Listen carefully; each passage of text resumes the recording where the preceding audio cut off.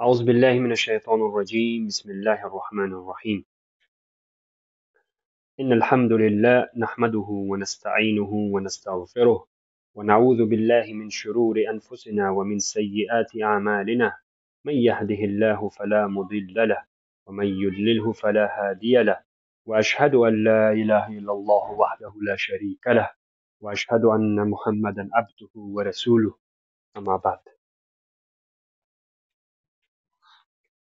رب اشرح لي صدري ويسر لي أمري واحلل عقدة من لساني يفقه قولي.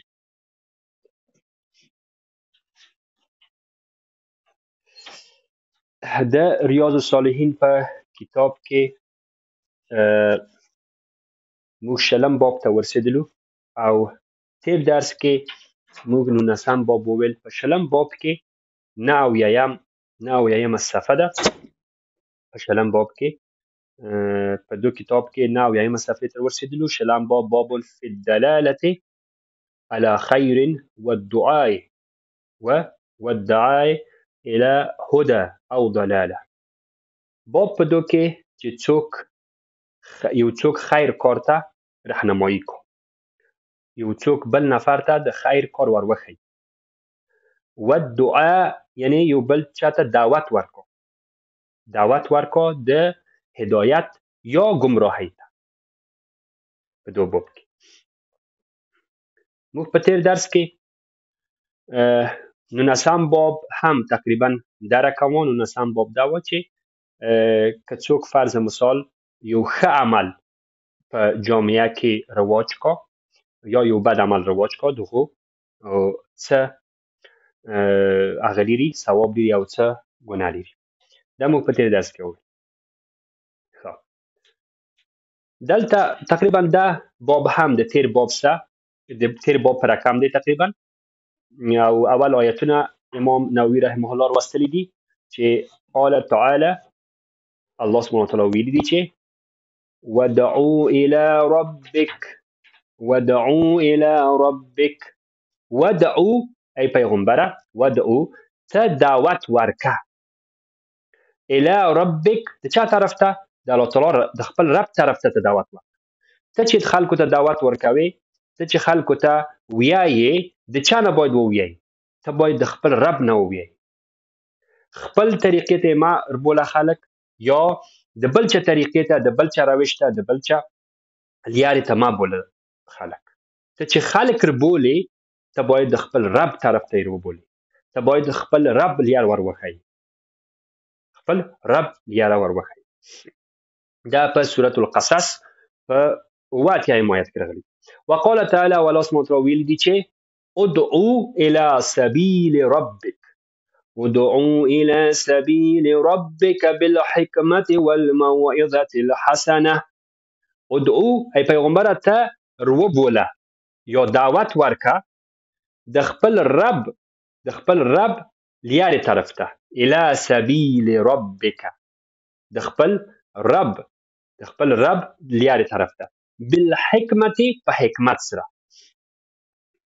سره یعنی چیرته په دعوت کې حکمت ډیر مهم دی. چې چیرته کومه خبر وکړو، چیرته څه رقم کار وکړو، په کوم ځای کې دعوت ورکړو، په کوم ځای کې دعوت ورنکړو، په کوم ځای کې نصیحت وکړو، کوم ځای کې نصیحت ونکړو، په کوم ځای کې چوپ پاتې شي، په کوم ځای کې خبرې وکړو. دوته حکمت وي. په ځای خبرې کړل، په ځای چوپ پاتې کېدل، دوته حکمت وي. والموعظة الحسنه، او په ښه نصیحت سره، په ښه طریقه باندې، په ښه طریقه د نصیحت او په حکمت سره ته دعوت ورکه خلکو ته د خپل رب لیارې ته. نو د هر عالم چې هغه واقعي عالم وي، او د هر مسلمان او مؤمن چې هغه دعوت ورکوي، هغه باید خلک د الله سبحانه وتعالی لیارې ته دعوت کو. نه چې ووایي که د ما د ومنله بس ته کامیاب یې، که د بل چا د ومنله ته ناکام یې.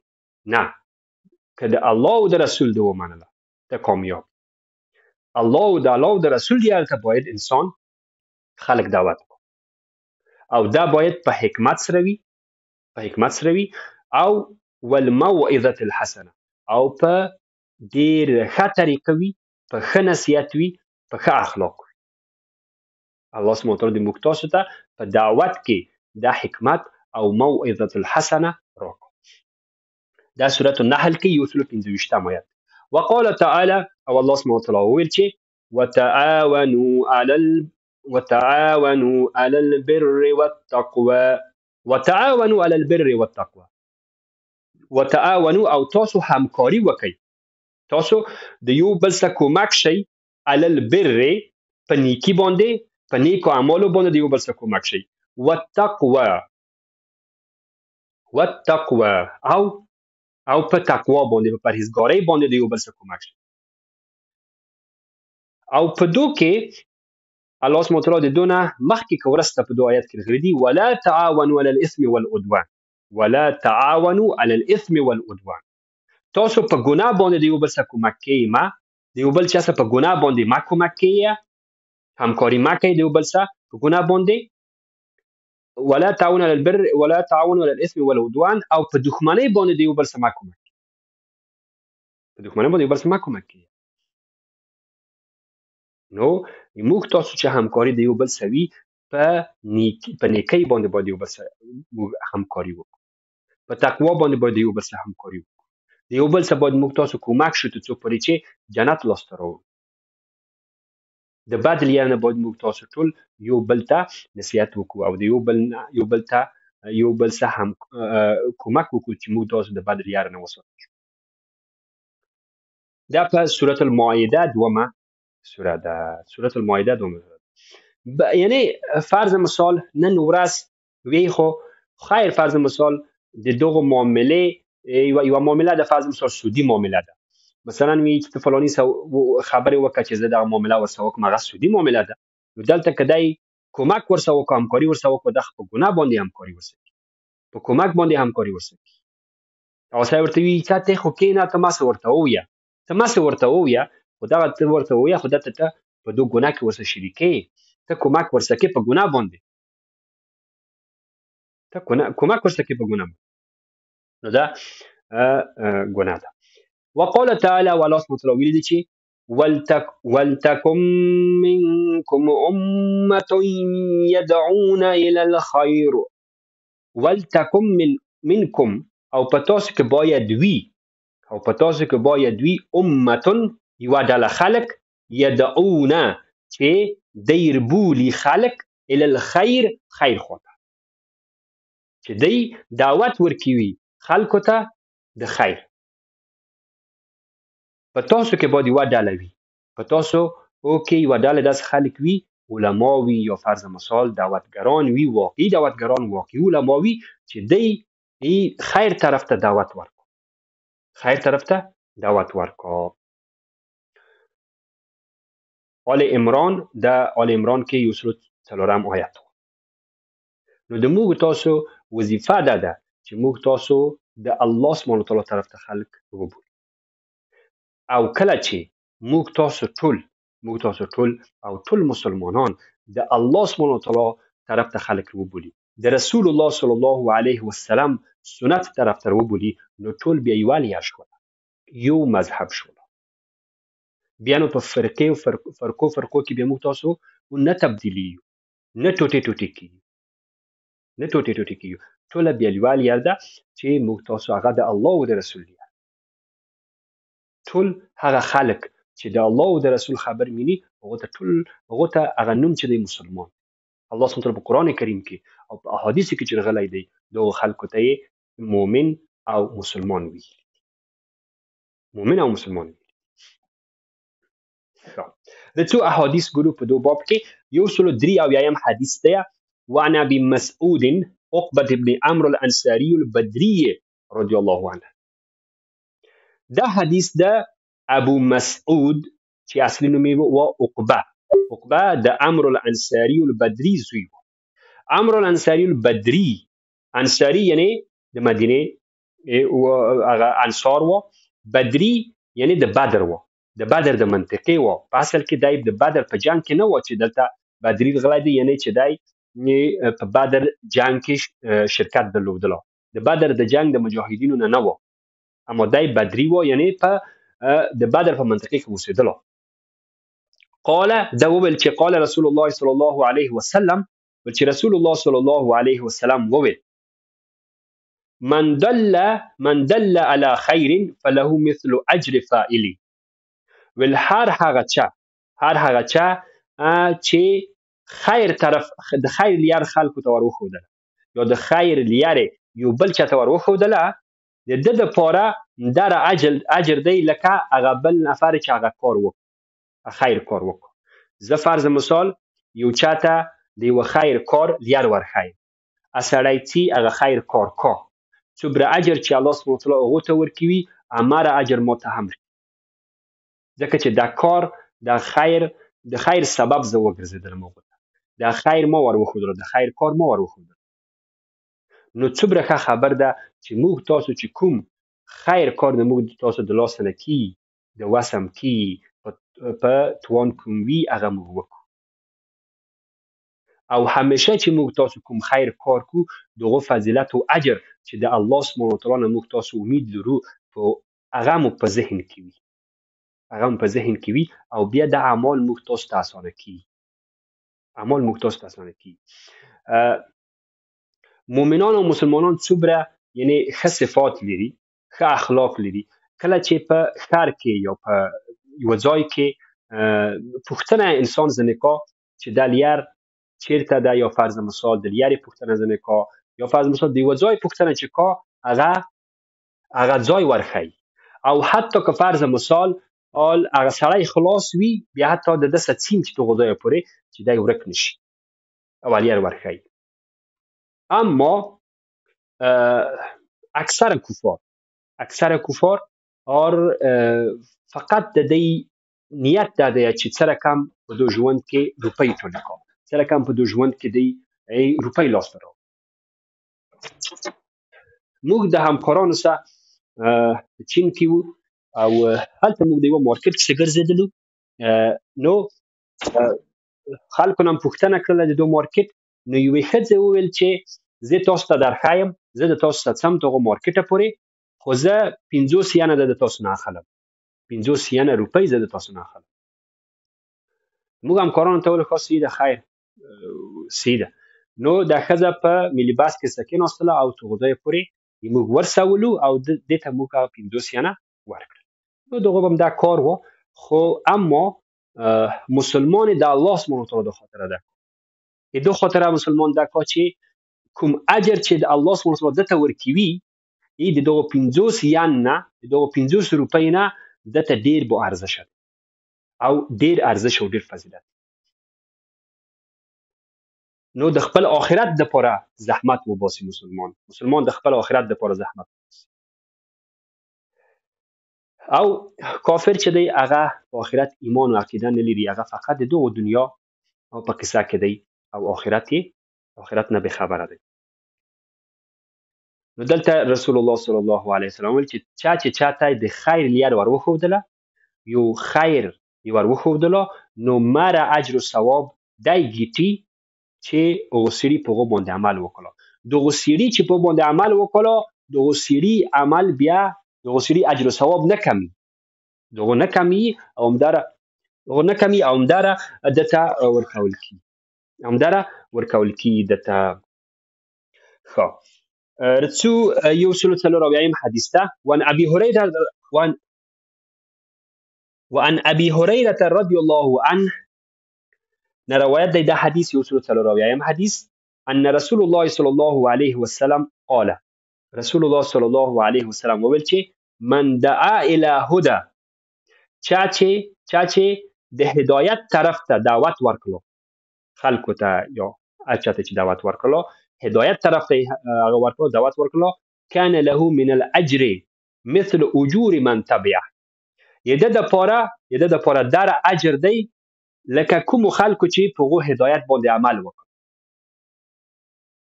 لا ينقص ذلك من اجورهم شيئا، او دا چې الله سبحانه وتعالی دته اجر ورکوي دغو نورو خلکو د اجر نه کمي، هیڅ شی نه کمي، هغو ته هم الله تعالی اجر ورکوي او همدغه اجر چې هغو ته ورکوي دته هم ورکوي.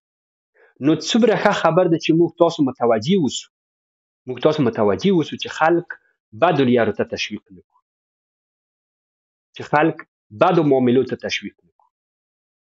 موږ تاسو فرض مثال او دو کې متوجي اوسو. اوس خو د انټرنیټ وخت دی، اوس خو د انټرنیټ وخت دی. په انټرنیټ کې موږ تاسو داسې شیان ونه چو، داسې خبرې ونه چو چې هغه پس د موږ نه، پس د دې چې موږ مړ شو او دغه ګناه به موږ سین مشتکی. د څو پورې چې د دنیا شته، د څو پورې چې موږ تاسو خبرې په انټرنیټ کې وي او هغه چې هر هغه څوک ویني او هر هغه څوک چې هغه ویایي او هغه باندې عمل کا، او دغه ګناه به موږ تاسو ته رسي. نو انسان باید ډیر احتیاط وکړي چې شی په خپل انټرنیټ کې، په خپل فیسبوک کې، په خپل یوټیوب کې شی نشري وي او شی خلکو ته ورکړي، شی خلکو ته ورکړي. څومره ښه ده چې انسان آن خیر کار خلکو ته وروښيي او ثواب یې الله سبحانه وتعالی دته ورورسي پس د مرګ نه، حتی پس د مرګ نه حتی الله سبحانه وتعالی دته د خیر کارو او ثوابونه ورورسي. سبحان الله. لا ينقص ذلك من اجورهم شيئا ومن دعا الى ضلاله، او هر هغه چا چې گمراهی ته، یوې گمراهی ته دعوت ورکړه، خلکو ته ویل یو بد کتاب مشتاق الله، یو د گمراهی کتاب مشتاق الله او خلکو ته ورکړه او خلکو هغه ویایي او په هغه باندې عمل کو، یا یو بد لیار خلکو ته ورخودله، یو بد فلم جوړ کړه، یو بد سریال او ویډیو دا جوړ کړه په یوټیوب کې واچول یا په بل انټرنیټ کې واچول او خلک هغه ګوري او په هغه باندې عمل کو. ومن دعا الى ضلاله، او هر هغه چا چې گمراهی ته خلک دعوت کړ، كان عليه من الاثم مثل آثم من تبعه، په د باندې دره ګناه ده، دغه کسانو ګناه هم په د باندې دره ګناه چې دغه کسان چې په دو باندې عمل کو ورسته دو باندې عمل کو، دو خلکو او ته ګناه هم ورکول کی او دغه خلکو ته ګناه ورکول کی مره ګناه دو نفر ته هم ورکول. فرض مثال دا خوانندگان چی دي، دا هنرمندان چی دي، د دې ویډیوګانې، د دې خواندنونه چې پاتې کی پس د دې مرګ نه، هر هغه نفر چې اوري هغه ته هم ګناه رسی او هم دره ګناه چې هغه ته رسی دو خواننده ته هم رسی، په قبر کې دی مړ دی اما دته هغه ګناه ورسی. مثل آثم من تبع لا ينقص ذلك من آثامهم شيئا، یعنی د دوه خلکو چې په دوه باندې عمل وکړي د دوه ګناه نه شي نه کمی، اما هم دره ګناه هغه ته رسی او اولین نفر ته د ګناه رسی. نو یو دوا ده چې ډیره ښه دوا ده، موږ تاسو هم شکللی شو او زده کولی شو، او که په عربي نشو زده کولی په پښتو یې ویلی شو، په خپله ژبه یې ویلی شو. او دا دوا اللهم استعملنا للخير، اللهم استعملنا في الخير، اللهم استعملنا، یا الله موږ استعمال که للخير د خیر د پاره، و اللهم استعملنا في الخير، او یا الله موږ استفاده که په خیر کې د خیر د پاره او په خیر کې یا الله د موږ نه کار واخله. دا دعا ده چې موږ تاسو په پښتو کړلی شو همیشه. یا الله موږ د خیر د پاره او په خیر کې د موږ نه کار واخله. اللهم استعملنا للخير، اللهم استعملنا في الخير.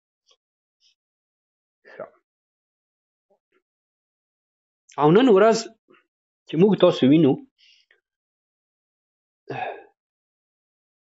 یعنی اکثریت خلک یا بعض خلک داسې دي چې خپل اولاد ته یعنی بد لیارې ورکوي، او دا ډېره خطرناکه خبر ده. کله چې اولاد ستر شي، غټ شي او په هغو باندې عمل کو او د ده مور پلار مړه وي، دی ته د دغه اولاد ټوله ګناه ورسي. د اولاد دغه بدو کارو چې مور پلار ورښودلي دي او مور پلار دی تشویق کړي دي، دا ټول هغه کې ورسي. یو زوی موټر کې و د خپل پلار سره او په یوه لیار تللو، نو د په لیار باندې د چوک باندې دلته ترافیک نه و، شپه وه او د پلار ورته وویل چې داسې خلاف ولاړ شه چې لیار لنډه شي. زوی یې ورته وویل چې دلته خو اجازه نشته پلاره، زه نشم تللی دلته، تا ته اجازه نشته، قانونا دا ترافیک په قانون کې اجازه نشته زه دلته تاو شم، زه باید د چوک نه تاو شم، د چهارراه نه باید تاو شم. هغه وویل چې اوس خو ترافیک نشته. زوی یې ورته وویل چې ای پلاره، الله تعالی خو شته، الله تعالی خو مې ویني. نو انسان باید ډېر متوجه اوسي چې خلکو ته څه شی ورښیي، دا دته بیا وروسته یا ثواب پسې موږ ته کېږي یا ګناه. انسان باید ډېر متوجه اوسي. الله سبحانه وتعالی د موږ تاسو په خیر کارو کې د موږ نه کار واخلي. 155 حدیث کې وان ابي العباس سهل بن سعد الساعدي رضی الله عنه، دا د ابوالعباس چې کنیه یې وه او نوم یې سهل بن سعد الساعدي، سهل د سعد الساعدي زوی رضی الله عنه دونه روایت دی چې ان رسول الله صلی الله علیه وسلم قال یوم خیبر، ول چې رسول الله صلی الله علیه وسلم د خیبر په ورځ باندې کله چې دی په خیبر منطقه باندې حمله وکړه او د یهودیانو سره یې جنګ و، نو په دغه ورځ باندې رسول الله صلی الله علیه وسلم وویل لأوتین الرایة غدا رجلا یفتح الله علی یدیه، ول چې زه به حتما دغه بیرغ د لښکر بیرغ به زه سبا داسې نفر ته ورکمه، داسې سړي ته ورکمه چې د ده په لاس باندې الله سبحانه وتعالی سبا کامیابي موږ تاسو ته راکړو. يحب الله ورسوله او په دوه سړي باندې الله تعالی او رسول ډیر ګران دی. ويحبه الله ورسول او په الله او په رسول دی ډیر ګران دی. سبحان الله. داسې کس چې په ده باندې الله او رسول ګران وي او الله او رسول هم د دغه سړي سره محبت، د څومره غټ فضیلت او څومره غټ مقام دی. الله سبحانه وتعالی دې موږ تاسو ټولو ته دا مقام راکړه او موږ تاسو باید د ټولو نه ډېر مینه محبت چې ولرو هغه د الله او د رسول سره باید ولرو. نن ورځې ځوانان چې موږ تاسو وینو هغه غیر د الله تعالی او د رسول سره د کفارو سره مینه محبت لري، د فوټبالرانو سره مینه محبت لري چې هغه کفار دي. شپه او ورځ دغه نومونه په خوله کې اخلي، شپه او ورځ هغو ته ګوري چې څه رقم کالي اغوندي، ما رقم کالي واغوندم، څه رقم ویښتان جوړوي، ما رقم ویښتان جوړ کړم. تنها په نامه خو نه کېږي چې انسان مسلمان شي، چې وي زه الحمدلله مسلمان، خو کومه د نښه نښانه دی، څه اعمال لري، د چا سره مینه محبت لري. ته په نامه مسلمان یې اما مینه محبت دې د رونالدو سره دی، ته مسلمان یې اما مینه محبت دې د کفارو سره دی، د یهودو سره دی. څه رقم مسلمان؟ د الله او د رسول نه زیات تا ته ګران آن رونالدو دی چې فوټبالر دی، فوټبالیست دی، هغه تا ته ډېر ګران دی. دغه په رقم باید کښېني، دغه په رقم باید ولټې، دغه په رقم باید ویښته جوړ کړي، دغه په رقم باید کالي واغوندي.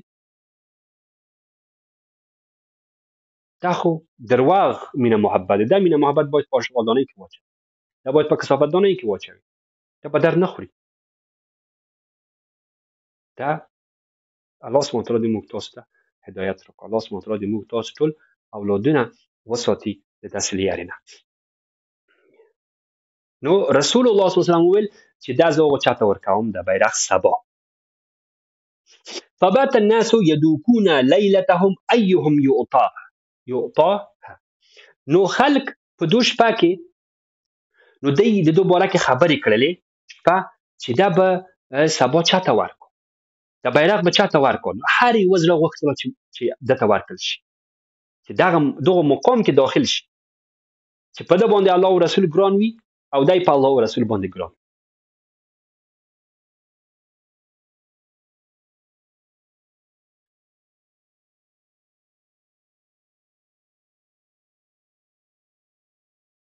فلما أصبح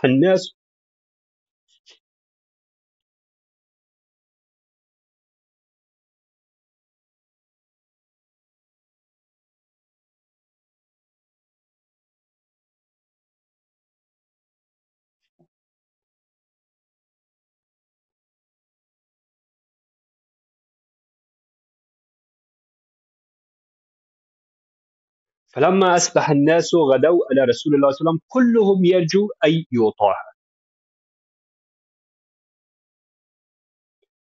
کله چې ګیز شو خلکو ګیز وخت رسول الله صلی الله علیه وسلم طرف ته ورغلل او ټولو دا امید درلودله چې دغه بیرغ ورکړل شي. فقال نو رسول الله صلی الله علیه وسلم ودرېدل او وویل چې اين علي بن ابي طالب؟ وی علي بن ابي طالب چیرته دی؟ علي د ابو طالب زوی چیرته دی؟ فقيل ورته وویل شول چې یا رسول الله هو يشتكي عينيه، یا رسول الله هغه دغه سترګې درد کو نه دی راغلی، یعنی په خپله خیمه کې دی. قال ویل چې فارسلوا الیه، رسول الله وویل چې یو څوک پسې ولېږئ چې راشي. فوتي به فبصق رسول الله صلی الله علیه وسلم فی عینه، نو علي رضی الله عنه راوستل شو او رسول الله صلی الله علیه وسلم د خپلې خولې زیاړې واخیستلې او د علي رضی الله عنه په سترګو یې وویل. ودعا له او رسول الله صلی الله علیه وسلم دعا ورته وکړه له فبرئ حتى كأن لم يكن به وجع. نو دای داسې جوړ شو، دا رقم جوړ شو چې هیڅ بیخي درد یې نه درلود، لکه بیخي چې مریض شوی نه. ویني دعا یې ورته وکړه، هم یې خپل د خولې زیارې واخیستلې، د په سترګې یې وموښلې او هم یې دعا ورته وکړه چې یا الله ته شفا ورکړه، یا الله ته شفا ورکړه. نو دلته یو بله ګټه موږ تاسو د حدیث نه اخلو چې کله موږ تاسو دوا خورو بیا دعا به هم باید وکړو. کله چې مریض شو، کله چې دوا خورو او د وسیلې نه استفاده کوو، اسباب نه استفاده کوو، دعا هم باید. دا دوه شیه څنګ په څنګ، دا دوه شیه باید حتما موږ تاسو د نه استفاده کوو. نو دا جوړ شو. فاعطاه الرايه، نو او بل دا چې د رسول الله صلی الله علیه وسلم د اوداسه په اوبو باندې فرض مثال د پزیاړو باندې په دوه شانو باندې تبرک کړل، دا ثابت دي او دا ټول علما په دوه باندې اتفاق لري. کله به چې رسول الله صلی الله علیه وسلم اوداس کړل نو د صحابه او به منډې وایلې او د رسول الله د اوداسه هغه اوبه به یې په ځان موښلې او په مخ به بلاس باندې موښل، او که چاته به نه رسېدل بیا د دغو نورو چې دغو نورو مخامخ په خپل ځانو باندې موښلي وو دغو نه به یې راخستلې اوبه او په ځان باندې به یې موښل. فاعطاه الرايه، نو هغه ته علي رضی الله عنه ته رسول الله صلی الله علیه وسلم هغه ورکړ، د بیرغ ورکړ. فقال علي رضی الله عنه، نو علي رضی الله عنه وویل چې یا رسول الله اقاتلهم حتى يكونوا مثلنا، آیا زه د دې سره جنگ وکړم دغه وخت پورې چې د موږ رقم شي، یعنی مسلمانانو شي، دغه وخت پورې زه د دې سره جنگ وکړم؟ پوښتنه یې وکړه د رسول الله صلی الله علیه وسلم. فقال، نو رسول الله صلی الله علیه وسلم ورته وویل چې انفض على رسلك، یعنی ورو ولاړ شه، په قرار او په آرامش سره ولاړ شه، حتی تنزل بساحتهم، تر څو پورې چې د دې منطقې ته ورسې او هلته کار ته شي. ثم ادعوهم الى الاسلام، او بیا دې ته دعوت ورکړه اسلام طرف ته، دې ته دعوت ورکړه چې د اسلام طرف ته راشي. واخبرهم بما يجب عليهم من حق الله تعالی فيه، او دې ته د کوم شی چې د الله سبحانه وتعالی د حق نه په دې باندې واجب دي هغه ورخیا، دغه نه خبر ورکړه او هغه ورخیا چې کوم شی د الله سبحانه وتعالی د حق نه په دې باندې فرض دی، واجب دی. نو د ټولو شاونه نه او د ټولو خلکو نه اولین حق چې په موږ تاسو باندې واجب دی هغه د الله سبحانه وتعالی حق دی چې باید موږ تاسو ادا کړو. او دا ډیره غلطه خبر ده چې خلک وی چې خیر که حق الله د الله تعالی حق څوک د پولان دی. نه، دا غلطه خبر ده. کوم رب چې تاسو ویلي دي چې د مور او پلار په تا باندې حق دی همغه رب تا ته ویلي دي چې اول د ټولو نه د ما حق په تا باندې ډېر دی همغه رب تا ته دا ویلي دي نو څنګه د الله تعالی او د رب په یوه ځای کې د رب خبر معنی بل ځای کې نه معنی نو د الله سبحانه وتعالی حق د ټولو حقوقو نه لوړ حق دی دا باید موږ تاسو ضایع نه کړو بعضې وایي چې دا خو د موږ د الله تعالی په مابین کې خبر ده په دو باندې کار مه لره تا کار نشته چې زه که لمونځ کوم که نه کوم زه روژه نیسم که نه نیسم که زه زکات ورکوم که نه ورکوم همدا یې مو د تعالی کار دی دا ډېره خطرناکه خبر ده ډېره خطرناکه خبر ده یعنې د دغو نورو خلکو د نورو خلق د الله تعالی نه ډېر مقام لوړ دی چې د نورو خلکو حقوق په ځای کوي او د الله تعالی حق ضایع کوي د پښو لاندې کوي الله سبحانه وتعالی دې موږ تاسو ټولو ته هدایت راکړي فوالله لأن يهدي الله بك رجلا واحدا نو رسول الله قسم ورته وخوړلو چې په الله تعالی مې دې قسم دی چې د تا په لاس باندې الله سبحانه وتعالی یو نفر د تا په لاس باندې هدایت کا خیر لك من حمر النعم تا ته د سرو وښانو نه بهتره دی یو نفر چې د تا په لاس څوک الله سبحانه وتعالی تا په لاس باندې هغه کو هدایت کو هغه تا ته د سرو وښانو نه بهتره دی نو هغه وخت سرو وښان ډېر قیمتي مال و د خلکو نو نن موږ تاسو ویلی شو چې د ډېرو لوکس موټرونه انسان د بهتره دی ده چې د ده په لاس باندې الله سبحانه وتعالی یو چا ته هدایت کړي نو موږ تاسو باید څومره ډېر کوشش وکړو تر څو پورې چې د موږ تاسو په لاس باندې خلکو ته هدایت وشي کوشش وکړو د خلکو هدایت لپاره کوشش وکړو اما دا کوشش باید په حکمت او په ښه نصیحت سره وي په ښه اخلاق سره وي نه چې په زیاړو نه چې په بدو خبرو باندې نه چې په توهین باندې دا بیا حکمت او موعظة الحسنه غواړي او علم غواړي دلیل غواړي دا باید موږ تاسو لاسته راوړو نو نن ورځ یو نفر چې د موږ تاسو په لاس باندې هدایت شي هغه د ډېرو لوکس موټرونو موږ تاسو ته بهتر هغه ډېر د یعنی حتی دغه اوس چې یعنی ښه مال د خلکو هغه شخصي تیاري دي دغه شخصي تیارونه د موږ تاسو ته هغه بهتر الله سبحانه وتعالی د موږ تاسو ته هدایت راکړي په دو باب کې آخرنی حدیث پاتې دی یو سلو شپږ اویایم حدیث دی دا به انشاءالله ووایي دا باب به خلاص کړو یا به بل باب ته انشاءالله بله ورځ وعن انس رضی الله عنه دا د انس رضی الله عنه نه روایت دی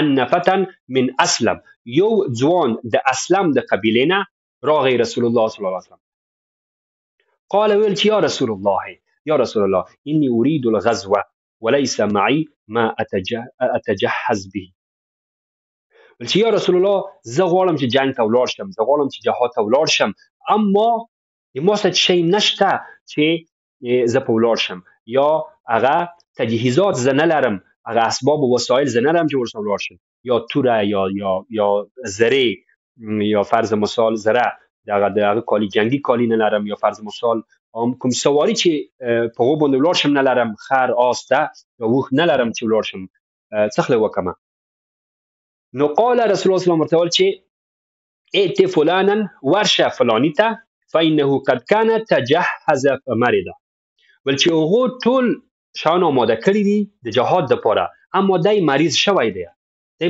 نشي تللی فمرض نو دی مریض شوی دی نشي تللی ته هغو ته ورشه هغه به تا ته د خپل اسباب و وسایل چې د جهاد ته آماده کړي دي او کوم یا اوښ یا آس یا خر آماده کړي هغه به تا ته ده فاتاه دی راغیه فقال ورته ویل چې ان رسول الله صلی الله علیه وسلم یقرئک السلام دی راغیه او ورته ویل چې رسول الله صلی الله علیه وسلم په تا باندې یا تا ته په تا باندې سلام ویلی دی نو د دونه حدیث موږ پوهیږو چې موږ تاسو کړی شو یو بل ته سلام ورولېږو د بل چا په لاس باندې د ما سلامونه هم په ویه دا صحیح خبر ده څوک د ما سلامونه فلاني ویه نو کړلی شي چې موږ تاسو سلام ورولېږو بل چا باندې نو دی راغی ورته ویل چې رسول الله صلی الله علیه وسلم په تا باندې سلام ویل او رسول الله سلام ویل چې ما ته ویقول او ده ورته ویل چې اعطیني الذي تجهزت به هغه شیان چې تا آماده کړي دي جنگ دپاره جهاد دپاره